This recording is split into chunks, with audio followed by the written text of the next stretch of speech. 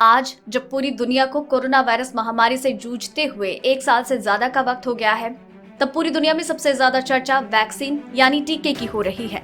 अलग अलग देशों में कोरोना वायरस की 4 दर्जन से ज्यादा वैक्सीन पर काम जारी है और कई के अगले महीने तक आ जाने के दावे भी किए जा रहे हैं। दुनिया को उम्मीद है कि वैक्सीन इस महामारी से निजात दिला पाएगी। दुनिया भर में करीब 2 दर्जन बीमारियों से लड़ने में तमाम तरह की वैक्सीन आज के वक्त में मददगार साबित हो रही है। ताज़ा संकट कोरोना वायरस का है, जिसके सामने आने के 1 साल के अंदर लगभग कई दवा कंपनियां वैक्सीन बनाने की स्थिति में आ चुकी है और उनकी वैक्सीन ट्रायल के एडवांस स्टेज में भी पहुंच गई है। फाइनल ट्रायल और अप्रूवल के स्टेज के बाद उन्हें लोगों को दिया जाने भी लगेगा। ऐसे में वैक्सीन से जुड़ी कुछ बुनियादी सवालों का जवाब जान लेना जरूरी है।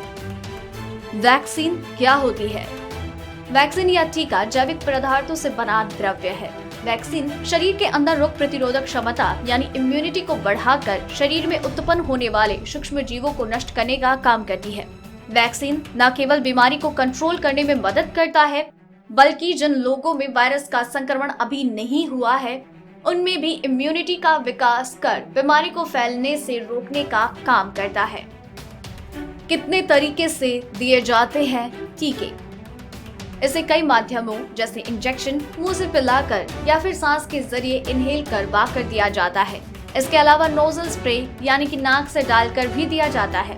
वैक्सीन या टीके शरीर में एंटीबॉडीज का निर्माण करते हैं, जिन्हें तैयार करने के लिए उन्हीं वायरस के कुछ अणुओं का इस्तेमाल होता है। यही अणु शरीर में जाकर ऐसे विषाणुओं की पहचान करते हैं और फिर उनसे लड़ने की क्षमता विकसित करते हैं। ये ऐसे स्पाइक प्रोटीन्स को जन्म देते हैं जो वायरस के अणुओं को हमारी कोशिकाओं में प्रवेश करने से रोककर उनको बढ़ने से रोकते हैं और बीमारी को कंट्रोल करते हैं या फिर उन्हें एंट्री नहीं करने देते। कैसे काम करती है वैक्सीन? वैक्सीन का काम शरीर में इम्यून सिस्टम को डेवलप करना है। इम्यून सिस्टम वायरस से लेकर परजीवी कृमियों की पहचान करने में सक्षम होती है, साथ ही उन्हें खत्म करने में भी। इम्यून सिस्टम हमारे शरीर का रक्षा कवच है, जो वायरस, बैक्टीरिया, फंगी, एल्गी समेत उन तमाम रोगाणुओं के सामने ढाल बनता है जो बीमारियों का कारण बनता है। इसके साथ ही ये इनकी स्वस्थ कोशिकाओं और उत्तकों को अलग से पहचान करती है और उन्हें नुकसान नहीं पहुंचाती, जो शरीर के अंदर सुचारू रूप से अंगों के काम करने के लिए जरूरी है। इसके काम को मुख्यतः 2 हिस्सों में बांट सकते हैं।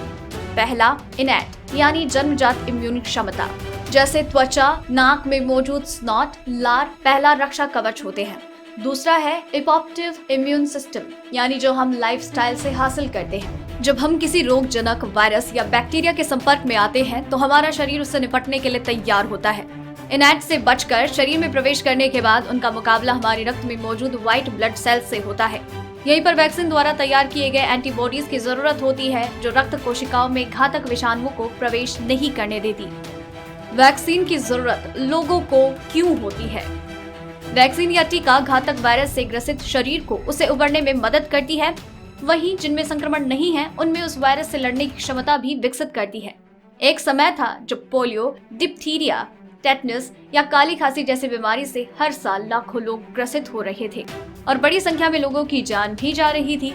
लेकिन इनकी वैक्सीन बनने के बाद लोगों का टीकाकरण किया गया और अब इन बीमारियों पर काफी हद तक काबू पाया जा चुका है।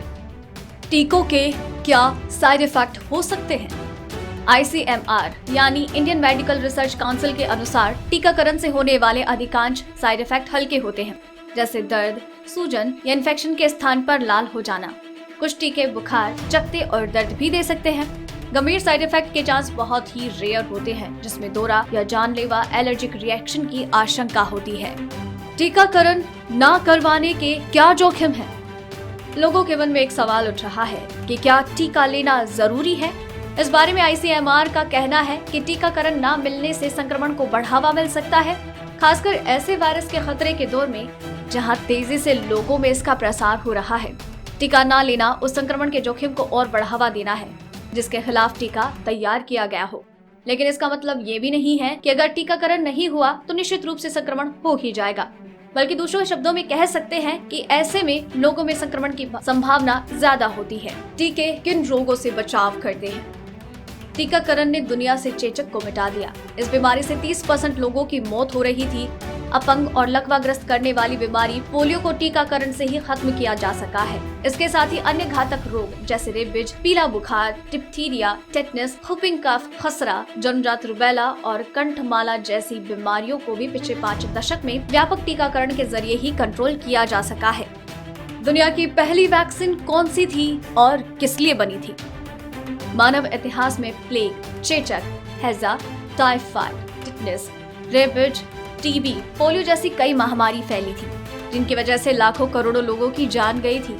कई दशकों तक चेचक का प्रकोप जारी रहा था। चेचक दुनिया की पहली बीमारी थी जिसके टीके की खोज हुई। 1796 में अंग्रेज चिकित्सक एडवर्ड जेनर ने चेचक के टीके का आविष्कार किया था। इसके बाद प्रसिद्ध फ्रेंच वैज्ञानिक लुई पास्चर ने रेबीज के टीके का सफल परीक्षण किया। उनकी इस खोज ने मेडिकल की दुनिया में क्रांति ला दी थी और मानवता को एक बड़े संकट से बचा लिया था। अगर आपको ये रिपोर्ट पसंद आई तो इसे लाइक और शेयर करें, साथ ही अपने व्यूज हमें कमेंट करके जरूर बताएं। सब्सक्राइब करें हमारा चैनल ऐसे ही लेटेस्ट और इंटरेस्टिंग न्यूज के लिए।